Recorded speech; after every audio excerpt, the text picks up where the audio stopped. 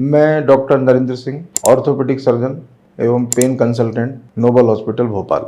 आज मैं मरीज की आम भाषा में पेन से संबंधित उपचार और पेन क्लिनिक की आवश्यकता पर बात करूंगा।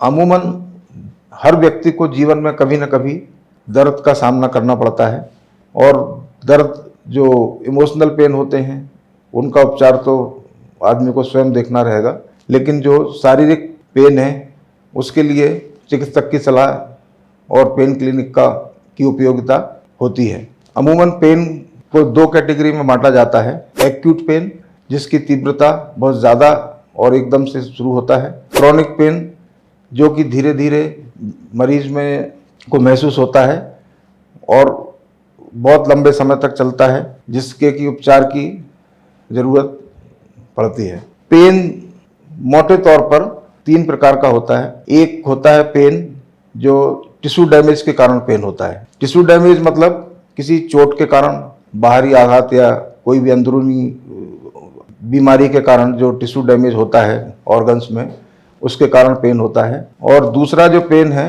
वो नर्व डैमेज के कारण या नर्व में कोई कंप्रेशन हो उसके कारण से होता है, इसे न्यूरल्जिक पेन कहते हैं। तीसरी कैटेगरी है साइकोजेनिक पेन या फाइब्रोमाइल्जिया जैसे पेन होते हैं, वो साइकोजेनिक पेन भी पेन के कैटेगरी में आते हैं। अमूमन जो पेन क्लिनिक और जो उसमें जो उपयोग किए जाने वाले जो नर्व ब्लॉक्स हैं उनकी उपयोगिता ये नर्व न्यूरल्जिक पेन और साइकोजेनिक पेन्स में काफ़ी होती है। जिस तरह से कि और जो टिश्यू डैमेज वाले जो पेन है उसमें तो प्राइमरी जो बीमारी या प्राइमरी कारण है उसका उपचार किया जाना आवश्यक होता है। उसी से जब कारण दूर होता है तब वो पेन ठीक होगा। लेकिन ऐसा देखा गया है अमूमन जिस तरह की, जैसे कमर दर्द का एक उदाहरण लें। कमर दर्द एक ऐसी समस्या है जिसमें कि मरीज को काफ़ी समय तक दर्द होता है कमर में, और बहुत सारे ऐसे कमर दर्द होते हैं जिसमें कोई विशेष कारण का पता भी नहीं चलता कि किस कारण दर्द हो रहा है। इस तरह के दर्द में एमआरआई या इस तरह की जांचों से जो पता चलता है, उन जांचों के आधार पर अगर हम देखते हैं तो उसमें एक कैटेगरी होती है जिसको रेडिकुलर पेन बोलते हैं। कमर में दर्द होता है और वो किसी एक पैर में या एक हाथ में रेडिएट होता है, और यह दर्द जो नॉर्मली नर्व कंप्रेशन के कारण होता है, इसके विभिन्न कारण होते हैं जैसे कि डिस्क प्रोलैप्स है या कोई कमर की जो अंदर जो रीढ़ की हड्डी के अंदर जो नली होती है उसके सक्रियपन के कारण नर्व कंप्रेशन होता है।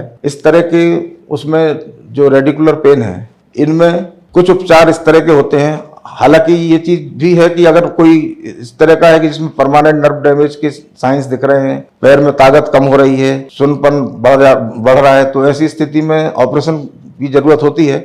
लेकिन उसकी पहले की जो स्थिति है जिसमें कि कुछ ब्लॉक्स होते हैं, उन ब्लॉक्स के कारण के द्वारा इनका उपचार किया जा सकता है। उसमें से एक एपिड्यूरल ब्लॉक है और इसके अलावा दूसरे नर्व के ब्लॉक होते हैं वो भी लगाए जाते हैं। एपिड्यूरल ब्लॉक से एक बहुत कॉमन सा कंफ्यूजन होता है मरीज को, कब एपिड्यूरल ब्लॉक या इस तरह के ब्लॉक का उपयोग करना चाहिए या उससे उपचार कराना चाहिए और कब ऑपरेशन करना जरूरी हो जाता है।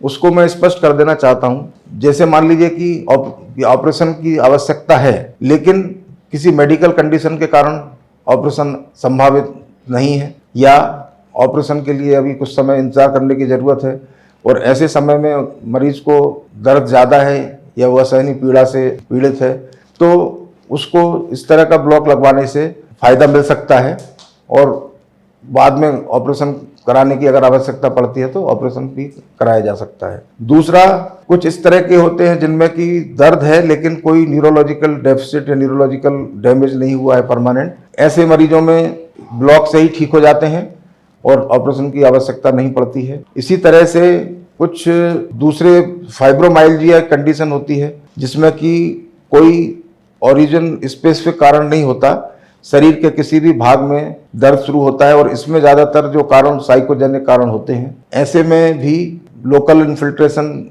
का फायदा मिलता है। कुछ क्रॉनिक कंडीशंस होती हैं जिनसे कि आदमी अमूमन कभी न कभी पीड़ित होता है, जैसे कि कॉमन भाषा में कुछ बीमारियों के नाम में लेना चाहूँगा, जैसे कि टेनिस एल्बो है जिसमें कि कोहनी की हड्डी के पास पेन होता है, प्लांटर फेसियाइटिस है जिसमें कि हील पेन होता है, जब भी वो चलता है तो दर्द शुरू हो जाता है, शोल्डर पेन है, फ्रोजन शोल्डर है। इस तरह की कंडीशंस में भी लोकल इंजेक्शंस के उपयोग से और ब्लॉक लगाने से फ़ायदा मिलता है। नॉर्मली जो इंजेक्शन यूज करते हैं लोकल इन्फिल्ट्रेशन के लिए, उसमें कॉमन जो इंजेक्शन स्टेरॉइड का होता है, जो कि उस जगह पर इन्फ्लेमेशन को कम करता है और उससे मरीज को फायदा मिलता है। कुछ ऐसी कंडीशंस होती हैं जिसमें कि ये इस तरह के इंजेक्शन का उपयोग नहीं किया जाता, जैसे कि अगर किसी मरीज को डायबिटीज है तो उनमें इस तरह के एपिडुरल या जो लोकल